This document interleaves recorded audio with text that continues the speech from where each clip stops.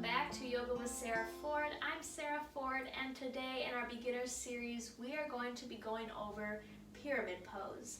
So this is a pose that really stretches our back and our shoulders and is also very intense in our legs, just depending on our flexibility. So we're going to get right into it.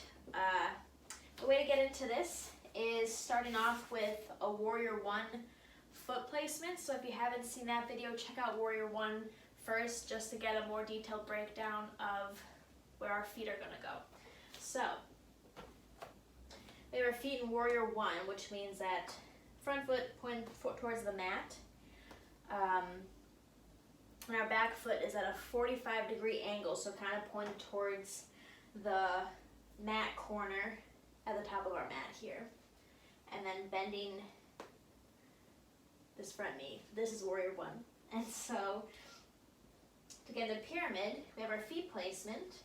Think about our hips pointed forward, and take a nice breath in. We can have our arms up if you'd like, and we're going to hinge at the hips, starting to come forward and just going as far as is comfortable. It might want to stop here or keep going.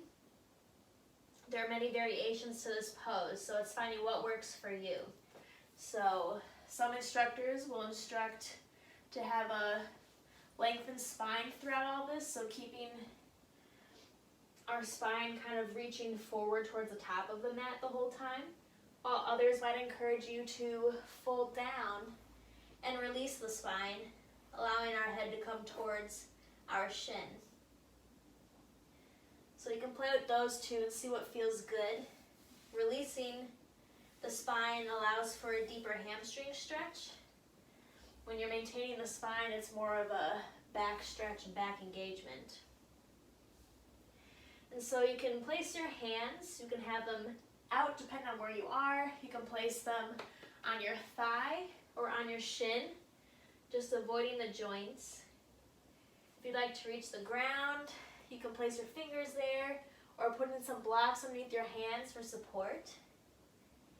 And this pose also encourages the work of our balance. So when you have both of your heels aligned with each other, it's going to be a little bit trickier to balance. So you can always step that back foot a little closer to the edge of the mat, which allows for more balance here. It feels more stable and sturdy. You can also step your back foot closer to the top foot for a little bit more range and mobility of the spine. To make it more challenging, you step it farther back and see how that feels. So there are different ways to play with this. It's a great stretch for the back of your legs and your hamstrings, a great spinal stretch and core engagement. Play with that this week, see what comes up, how that feels for you. And I will see you again next week with a new pose. And you can find me on Instagram at Yoga with Sarah Ford, where I post fun reels and photos of what I'm up to throughout the week. So have a nice week, and I'll see you again next week.